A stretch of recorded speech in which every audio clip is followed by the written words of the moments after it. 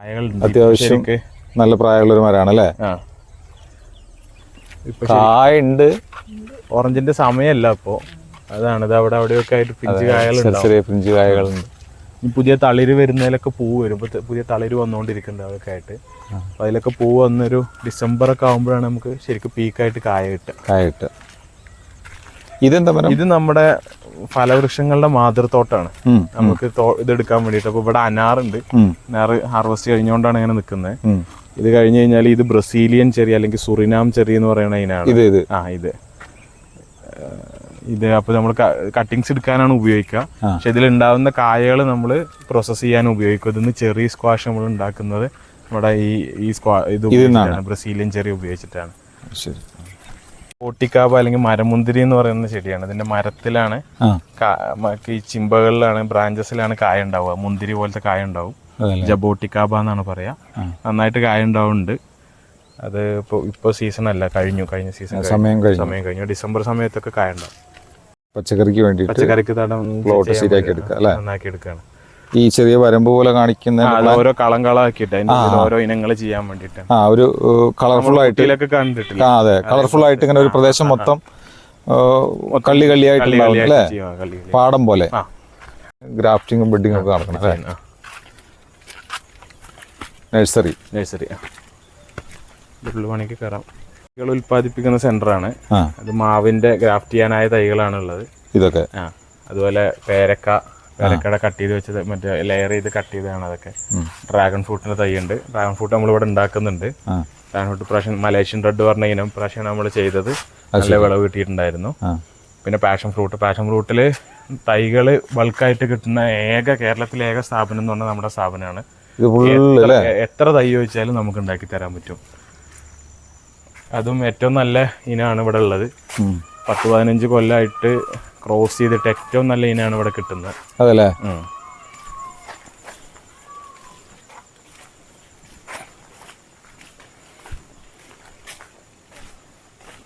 ഇത് മുഴുവനും പാഷൻ ഫ്രൂട്ടിന്റെ തയ്യാണ്. നമുക്ക് ഇതാ കുരുമുളകിന്റെ ഇതാണ്, ബുഷ് പെപ്പർ ഇനാണ്.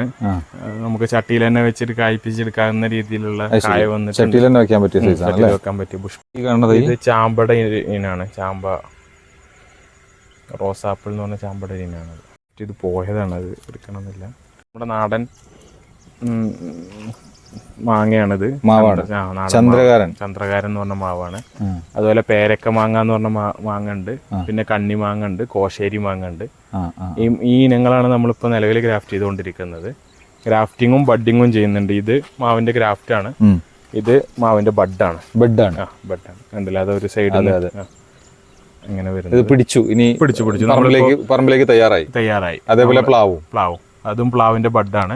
സിംഗപ്പൂർ ജാക്കും വിയറ്റ്നാം ഏളിയാണ് നമുക്കുള്ളത്. ഇതിന്റെയൊക്കെ മാതൃസസ്യങ്ങൾ നമ്മുടെ അടുത്ത് തന്നെ ഉണ്ട്. നമ്മുടെ ഒതന്റിക് ആയിട്ട് ഇവിടെ തന്നെ കിട്ടും. കാരണം നമ്മൾ ഉണ്ടാക്കിയ മാതൃസസ്യങ്ങളിൽ നിന്നാണ്, കായ്ച്ചിട്ടുള്ള മാതൃസസ്യങ്ങളിൽ നിന്നാണ് നമ്മൾ ബഡ് വുഡ് എടുക്കുന്നത്. ഇത് ഓറഞ്ച് നമ്മൾ ഗ്രാഫ്റ്റ് ചെയ്ത് വെച്ചിട്ടുള്ളതാണ്. നമുക്ക് നടാൻ വേണ്ടിയിട്ടും അതുപോലെ തന്നെ ഇവിടെ കുറെ ആൾക്കാർ എൻക്വയറി ആയിട്ട് ഓറഞ്ച് ചോദിക്കുന്നുണ്ട്. അവർക്ക് കൊടുക്കാൻ വേണ്ടിയിട്ട് നമ്മൾ ചെയ്തു വെച്ചതാണ്. ഇപ്പൊ ഇവിടെ സാധാരണ നിലവിലുള്ള ഓറഞ്ചിന്റെ തന്നെയാണ്. ഇവിടെ ഉള്ള ഓറഞ്ചിന്റെ തന്നെയാണ്. ഇതൊക്കെ പ്ലാവ് ഗ്രാഫ്റ്റ് ചെയ്യാനുള്ള ഗ്രാഫ്റ്റ് ചെയ്യാനുള്ള പ്ലാവുകളാണ്. അത് ഏർമാടാണ്. നമ്മൾ ടൂറിസം പർപ്പസിന് വേണ്ടി ചെയ്തിട്ടുള്ളതാണ്. അതിന്റെ ഉള്ളിൽ കയറി കഴിഞ്ഞാൽ ഫാമിന്റെ നല്ലൊരു വ്യൂ കിട്ടും. 2 ഏർമാടങ്ങളുണ്ട്. ഇതിലൊന്നാണിത്.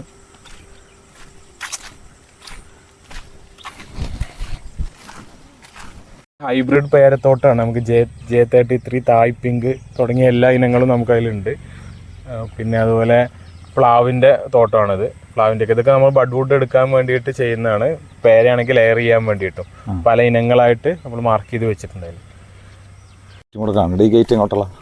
ഇത് നമ്മൾ ആമ്പൽക്കുളം എന്ന് പറഞ്ഞാൽ നമ്മുടെ ഏറ്റവും അട്രാക്റ്റീവ് ആയിട്ടുള്ള പോയിന്റിലേക്കാണ് അതിനുള്ള ഗേറ്റ് ആണത്. മുളയുടെ തയ്യണല്ലോ. മുളയുടെ പല ഇനങ്ങളുണ്ട് ഇതിൽ. ഇതിപ്പോൾ ഒരു 15ഓളം ഇനങ്ങൾ നമ്മൾ നട്ടിട്ടുണ്ട്. അപ്പോൾ നട്ട് പിടിച്ചു വരുന്നേ ഉള്ളൂ. അതിൽ ബ്ലാക്ക് ബാമ്പു അടക്കം തയ്യന് 1000 രൂപയിലധികം വിലയുള്ള ബ്ലാക്ക് ബാമ്പു അടക്കം ഈറ്റ വരെ എല്ലാ തൈകളും ഒരുവിധം മുളയുടെയൊക്കെ ഉണ്ട്. അത് നമ്മൾ ബാംബു മിഷൻ എന്ന് പറഞ്ഞ പദ്ധതിയായിട്ടും അതുപോലെ വയനാടുള്ള ഉറവ് എന്ന് പറഞ്ഞ ഒരു മുളയുടെ സ്ഥാപനം അവരുടെ അടുത്ത് നിന്നുള്ള കളക്ഷൻസ് മൊത്തം നമ്മളിവിടെ കൊടുത്തിട്ടുണ്ട്. ഇവിടെ നോക്കിക്കഴിഞ്ഞാൽ നല്ലൊരു വ്യൂ ആണ് അല്ലേ? ഡാലിയുടെ ഇഷ്ടംപോലെ കളക്ഷൻസ് ഉണ്ട്. ഡാലിയുടെ കളക്ഷൻ, ഡാലിയൊക്കെ ശരിക്കും പറഞ്ഞാൽ വയനാട്, അട്ടപ്പാടി ഇതുപോലെയുള്ള സ്ഥലങ്ങളിലൊക്കെ കാണുള്ളൂ. ഏറ്റവും അട്രാക്റ്റീവായ കളേഴ്സ് ഉണ്ട്. ഇത് ഡാലിക താഴം പ്രദേശങ്ങളിൽ, അതായത് മലപ്പുറം, കോഴിക്കോട്, തൃശ്ശൂർ ആ ഭാഗങ്ങളിൽ വളരാത്തതിന്റെ കാരണം എന്താണാവോ? ഇത് വളരാതിരിക്കില്ല, പക്ഷെ ഇത് ഈ അട്രാക്റ്റീവ് പൂക്കൾ അങ്ങനെ പൂക്കൾ കിട്ടില്ല. ചെടി വരും പക്ഷെ പൂക്കൾ വരുന്നില്ല. അതിന് ഈ തണുപ്പുള്ള കാലാവസ്ഥ വേണം. ഈ തണുപ്പാണ് അതിന്റെ പ്രധാനം, തണുപ്പും വെള്ളവും. കഴിയുമ്പോഴത്തേനാണ് ഗോൾഡൻ ബാമ്പു ഉണ്ട്, ഈറ്റ ഉണ്ട്, വെറൈറ്റി ചെയ്യണം. ചെറു പ്രായമുണ്ട്, തിരിച്ചറിയാറായില്ല. നമ്മളിവിടെ ഫുള്ള് ബാമ്പുവിന്റെ ആണ്. അപ്പൊ ഇനി സന്ദർശകർക്ക് മുളങ്കാടിന്റെ ഉള്ളിൽ ഇരിക്കാൻ പറ്റുന്ന രീതിയിലുള്ള സംഭവം നമ്മൾ ചെയ്യും.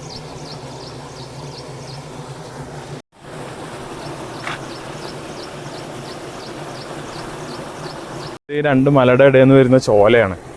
അപ്പൊ ഈ വെള്ളത്തിനെ നമ്മളിവിടെ സ്റ്റോർ ചെയ്ത് നിർത്തിയിരിക്കണം, നമുക്ക് നനക്കാനും പർപ്പസിനും വേണ്ടിയിട്ട്. അപ്പൊ അതിൽ തന്നെ നമ്മൾ ആമ്പലും കൂടി ഇട്ടിട്ട് ആമ്പൽക്കുളം ആക്കിയിരിക്കുകയാണ്. ഇതിൽ റെഡ് കളർ, ഈ പിങ്ക് കളർ ആമ്പലാണ് കൂടുതലുള്ളത്. അതുപോലെ മഞ്ഞയും വെള്ളയും കളർ അപൂർവമായിട്ട് ഉണ്ട്. അതൊക്കെ മഞ്ഞയും വെള്ളയും കോമൺ ആയിട്ട് കാണുന്നതുകൊണ്ട് നമ്മൾ അധികം പിങ്ക് മാത്രമാണ് ഇതിൽ ഫോക്കസ് ചെയ്യുന്നത്. മഞ്ഞയും വെള്ളയും ചിലതൊക്കെ വിരിഞ്ഞ് നിൽക്കുന്നുണ്ട്, പക്ഷേ ഈ പിങ്കാണ് ഏറ്റവും കൂടുതലുള്ളത് അല്ലേ? അതാണ് ഏറ്റവും ഭംഗിയുള്ളത്. അതെ അതെ അതെ. ഇതിനിയും നിറഞ്ഞ് വളരാനില്ലേ? ഇത്രേ വളരുള്ളൂ? നമ്മുടെ ഓറഞ്ചിൻ്റെയും പച്ചക്കറിയുടെയും തോട്ടത്തിലേക്കാണ് ഇനി നമ്മൾ പോണേ. അടുത്ത ഗേറ്റ്.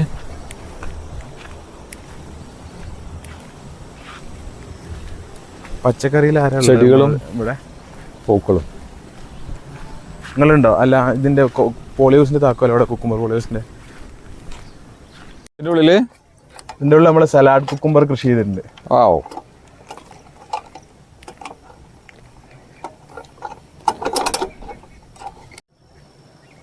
നമ്മൾ കുക്കുംബർ, കക്കിരിക്ക അതുണ്ടാക്കണ, അത് നട്ടിരിക്കുന്ന ഒരു ഫാമാണ്. ഇതിൽ നമുക്ക് സന്ദർശകർക്ക് പ്രവേശനമില്ല, അതുകൊണ്ട് തന്നെ ഞാൻ നിങ്ങളിതിൻ്റെ അകം കാണിച്ചു തരുന്നില്ല. എന്തായാലും നമ്മളെ സാറ് നമുക്ക് ഓരോന്ന് തിന്നാൻ വേണ്ടിയിട്ട് പറിച്ചു തന്നിട്ടുണ്ട്. ഇതാണ് അതിൻ്റെ വലിപ്പം. നല്ല എന്താ പറയുക, ഒരാൾക്ക് ധാരാളമായിട്ടൊന്ന് കഴിക്കാം, അധികം ആവില്ല. അതിനുള്ള വലിപ്പത്തിലാണിത് വളരണേ. അല്ല, വൃത്തിയായിട്ട് അകത്തുണ്ട്. ഞാൻ അകം കാണിച്ചു തരില്ല, അകം കാണിച്ചു തരാൻ പാടില്ല. അപ്പോൾ നിങ്ങൾ എന്ത് ചെയ്യുക, ദർശനം ഇതേപോലെ നട്ട് വളർത്തിയിട്ട് ഇവിടുന്ന് വിത്ത് മേടിക്കുക, നട്ട് വളർത്തുക, എന്നിട്ട് പറിച്ച് തിന്നാം. ഓക്കെ.